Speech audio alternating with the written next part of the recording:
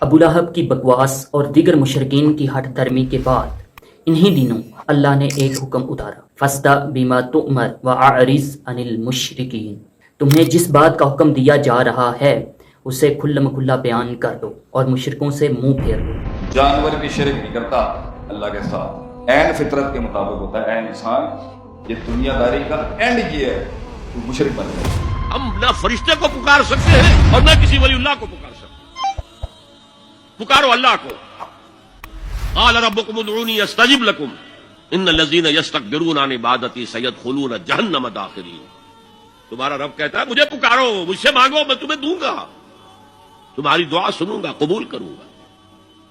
اور جو بربنائے تکبر مجھ سے نہیں مانگتے وہ جہنم میں داخل ہوں گے، ذلیل و خوار ہوں گے۔ Welcome to my rational talk کی سیریز وی نیڈ 313 پیپل۔ تو اب کی بار جناب معاب صلی اللہ علیہ وسلم صفا کی پہاڑی پر تشریف لے گئے اور صدا لگائی، یا صباحا۔ یہ پکار اس بات کی علامت ہوتی کہ یا تو دشمن نے حملہ کر دیا ہے یا کوئی بڑا حادثہ پیش آنے والا ہے یا کوئی انتہائی امپورٹنٹ نیوز ہو۔ بہرحال آپ صلی اللہ علیہ وسلم نے مختلف ٹرائبز کے نام لے کر پکارا، اے بنی فہر، بنی عدی، بنی عبد مناف، بنی عبد المطلب، اے فلاں اے فلاں۔ تو لوگوں نے جب آواز سنی تو دوڑتے ہوئے آئے، یہاں تک کہ جو خود نہیں آ سکتا تھا اس نے اپنی جگہ کسی اور کو بھیج دیا۔ جب سارے لوگ اکٹھے ہو گئے تو آپ صلی اللہ علیہ وسلم نے فرمایا، اگر میں کہوں کہ اس پہاڑی کی دوسری طرف گھوڑ سوار ہیں جو تم لوگوں پر حملہ کرنے والے ہیں تو کیا میری بات پر یقین کرو گے یا خود دیکھو گے؟ تو اس سوال کے جواب پر لوگوں نے کہا کہ ہم نے آپ کو ہمیشہ صادق اور امین پایا ہے، آپ کی بات سچی ہوتی ہے۔ تو آپ صلی اللہ علیہ وسلم نے فرمایا، اے لوگو، لا الہ الا اللہ کا اقرار کر لو، دنیا اور آخرت میں کامیاب ہو جاؤ گے۔ اگر اس پر ایمان نہ لاؤ گے تو اللہ کا عذاب اپنی گرفت میں لے لے گا۔ تو یہ دعوت آپ صلی اللہ علیہ وسلم نے عام اور خاص تمام لوگوں کو دی، یہاں تک کہ آپ صلی اللہ علیہ وسلم نے اپنی بیٹی فاطمہ، اپنی پھپھی صفیہ اور اپنے چچا عباس کو مخاطب کرتے ہوئے فرمایا، اے چچا، اے میری بیٹی، اے میری پھپھی صفیہ، جو مال چاہو مانگ لو مگر اپنے آپ کو جہنم سے بچا لو۔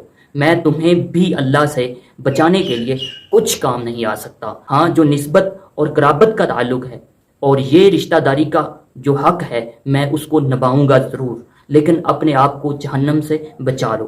اس کے بعد لوگ ادھر ادھر چلے گئے، کسی نے بھی کوئی مخالفت یا بدسلوکی نہیں کی، البتہ ابو لہب وہ پرانی والی روش کو اختیار کرتے ہوئے بدسلوکی سے پیش آیا اور کہا کہ تو سارا دن غارت ہو، تو نے اس لیے ہم کو اکٹھا کیا تھا۔ تو اس کے جواب میں سورہ لہب نازل ہوئی، تبت یدا ابی لہب وتب ما اغنی عنہ مالہ وما کسب سیصلی نارا ذات لہب وامرأتہ حمالۃ الحطب فی جیدہا حبل من مسد۔ اس میں بتایا گیا کہ وہ، اس کی بیوی اور اس کا مال سب کچھ غارت ہو جائیں گے اور جہنم کا ایندھن بنیں گے۔